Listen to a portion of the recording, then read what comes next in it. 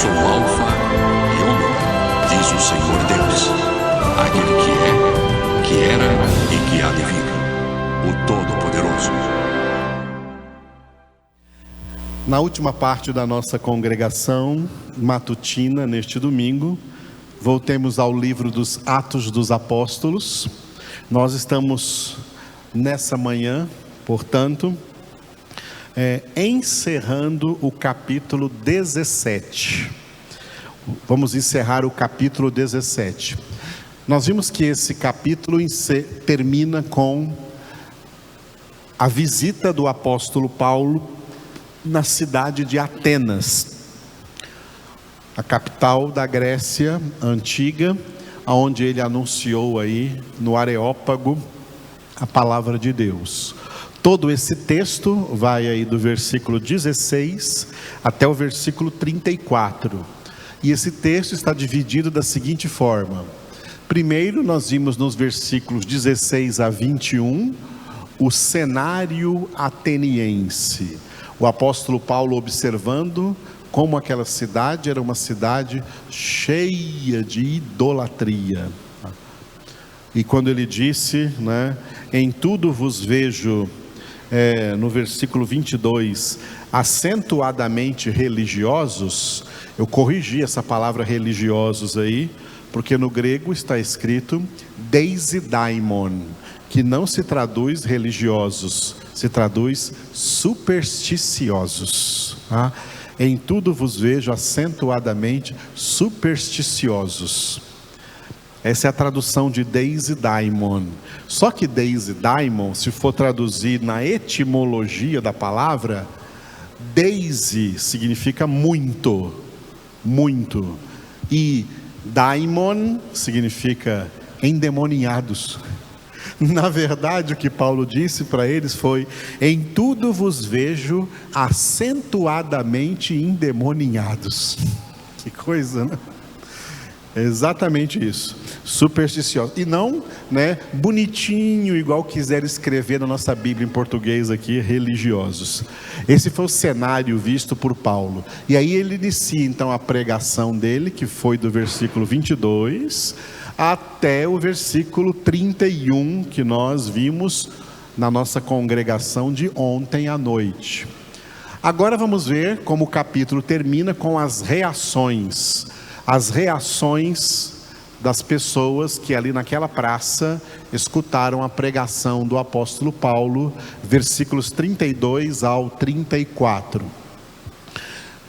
Esse texto está dividido assim: primeiro, a manifestação, as reações dos opositores, pessoas que se opuseram à pregação do evangelho ali pelo apóstolo Paulo, nos versículos 32 e 33. E no versículo 34, as pessoas que foram convertidas ali, e dentre elas, duas são citadas nominalmente: Dionísio, que era o homem que tomava conta do Areópago, era o Areopagita, e uma mulher chamada Dâmaris. Vamos ver primeiro os opositores, versículos 32 e 33. No 32, eles escarneceram.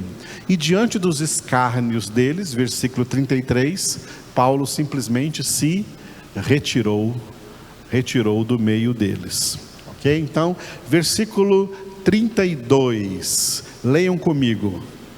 Quando ouviram falar de ressurreição de mortos, uns escarneceram e outros disseram: a respeito disso te ouviremos noutra ocasião.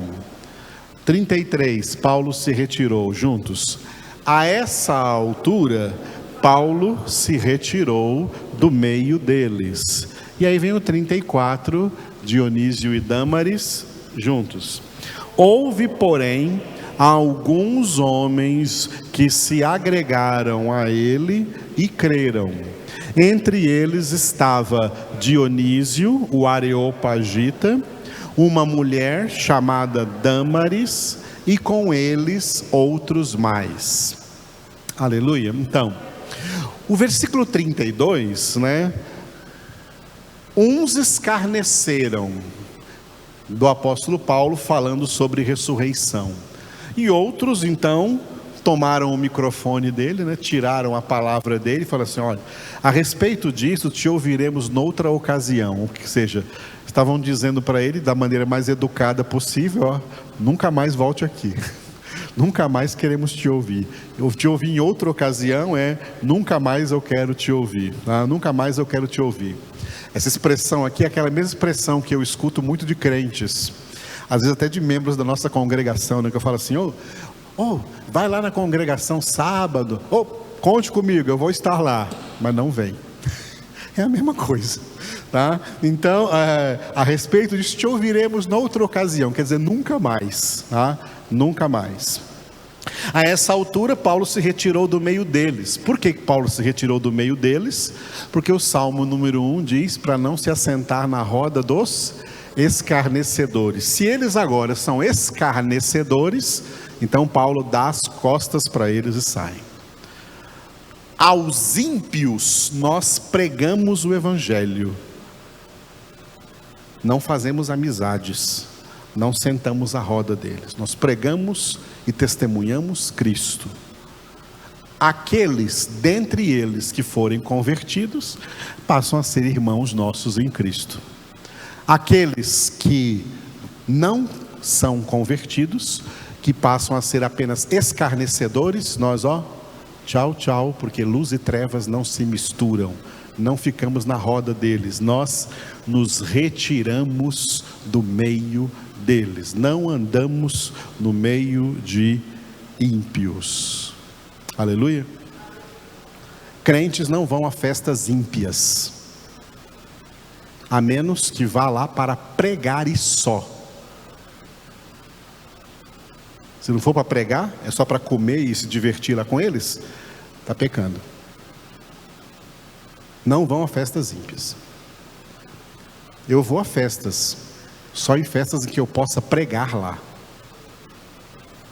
Só em festas que eu possa pregar lá. Eu lembro do início da minha conversão, que eu, em todos os aniversários e festas da minha família, para que lá no meio da festa eu pegava um copo e um garfo, batia assim no copo.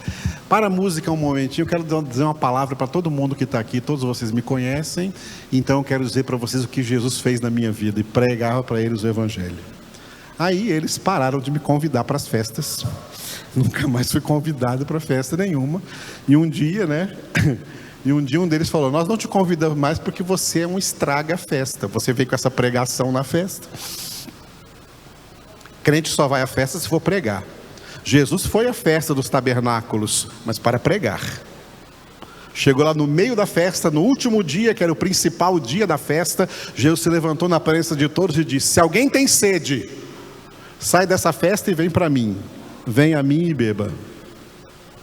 Quem é de Deus não participa das coisas do mundo, a não ser que vá lá por um momento para pregar o evangelho. E sai e se retira de lá, porque nós não participamos dos banquetes de Satanás. Esse é o significado de Daniel não querer, com Sadraque, Mesaque e Abednego, Ananias, Azarias e Misael, comer das iguarias da mesa de Nabucodonosor, mas eles oraram e pediram e conseguiram que tivesse uma mesa só para eles, onde eles podiam comer com ações de graças diante de Deus. Então, Paulo se retirou do meio deles porque eles eram escarnecedores. Não assenta na roda dos escarnecedores. Outra coisa que eu fico perplexo é ver crentes beijando os pés de escarnecedores por aí afora, quando não é para sentar na roda deles. Muito bem, Paulo foi lá para pregar, pregou, vieram as reações, acabou a pregação, ele se retirou do meio deles. Aí vem o 34, que é esse versículo último, do capítulo 17. Houve, porém, quero corrigir essa palavra, toda vez que ela aparece no Novo Testamento, ela precisa ser corrigida. Alguns. Olha como a coisa é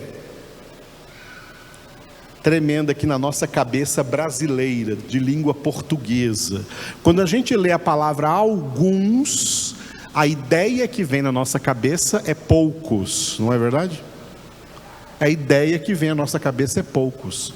Por isso que toda vez que essa palavra aparece no Novo Testamento, tem que ser corrigida essa tradução. Porque algum, alguma, alguns, algumas é um pronome indefinido. Não é um pronome que está definindo um determinado número, não. É um pronome que indica um número indefinido de pessoas. Um número indefinido de pessoas. É assim que esse pronome, né, no grego tem esse significado, que no grego é um pronome com 3 letras, T-I-S, tis. Tis em grego virou aqui alguns, homens em português. Mas como em português alguns dá a ideia de poucos, então nós ficamos pensando que um pequenininho grupo de pessoas que estavam ali se converteram, né, e vieram se agregar ao apóstolo Paulo, né? E possivelmente para essas pessoas depois Paulo continuou ali orientando e pregando, né? Então aqui não significa que são poucas pessoas, não, mas um número indefinido de homens, tá? Um número indefinido de homens se agregaram a ele e creram. E aí Lucas cita entre eles o Dionísio, que era o responsável por aquele Areópago. Ele era o responsável às vezes de abrir as portas, de ver se todo mundo ali tinha um lugar para se sentar, se estava tudo pronto para todo mundo falar, para organizar a agenda de quem ia falar ali, de quem eram os filósofos que naquele dia iam filosofar naquele lugar. Ele era o gerente do lugar. E de repente, o Espírito de Deus converte esse Dionísio. Não sabemos se daí em diante ele continuou sendo o areopagita ou ele largou esse emprego para lá. Mas o fato é que ele foi convertido aqui. E também uma mulher chamada Dâmaris. E se essa mulher teve o seu nome aqui então citado, né? Dâmaris, né? É porque era uma mulher de importante conhecimento ali entre os cidadãos de Atenas. E com eles, ainda termina o versículo dizendo, e com eles outros mais. Então nós podemos imaginar que teve um grupo considerável de pessoas aqui, que o Espírito de Deus converteu ali, por meio dessa pregação tremenda do apóstolo Paulo, ali no Areópago. Uma pregaçãozinha de nada, porque se você ler aqui, ó, do versículo 22, pregaçãozinha de nada que eu digo assim, pequenininha, tá? Pregaçãozinha pequenininha. Se você ler do 22 até o 31, lê do 22 até o 31, isso aqui você lê em poucos minutos. Então isso aqui não é uma imensa pregação, não é um imenso discurso, e no qual Paulo foi inclusive interrompido, né? Quando ele chegou falando de ressurreição, todo mundo, epa, para por aí, não vamos te ouvir mais não. Acabou o seu direito de falar aqui no Areópago, tá? Então ali Paulo foi interrompido e escarnecido, né? Despedido, e saiu do meio deles. Mas quando Paulo sai, eu imagino a cena do Dionísio saindo junto, a Dâmaris saindo junto, e muitos outros ali saindo juntos, para conversar em outro canto da praça, com o apóstolo Paulo, para que ele continuasse pregando, ensinando para eles então a palavra de Deus. Foi o grupo dos que estavam no Areópago para ouvir uma filosofia e acabaram ouvindo a poderosa palavra de Deus, o Evangelho, que é o poder de Deus para a salvação de todo aquele que crê. Aleluia, tá? Isso é o que acontece, tá, com o ministério ad extra que Jesus entregou à sua igreja. Jesus entregou à sua igreja um ministério duplo. que em latim a gente fala ad intra e ad extra. Ad intra, para dentro, ad extra, para fora.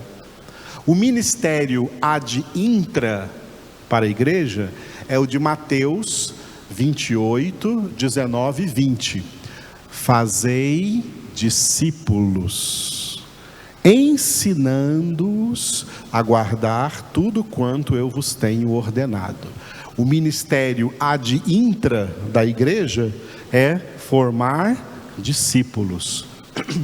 É isso que nosso ministério realiza, porque esse deveria ser o ministério de toda a igreja que na terra se chama Igreja de Jesus Cristo. Fazer discípulos de Jesus Cristo, ensinando a esses discípulos toda a Escritura, toda a palavra de Deus. Como Paulo disse a Timóteo, com toda longanimidade e doutrina. Esse é o ministério ad intra.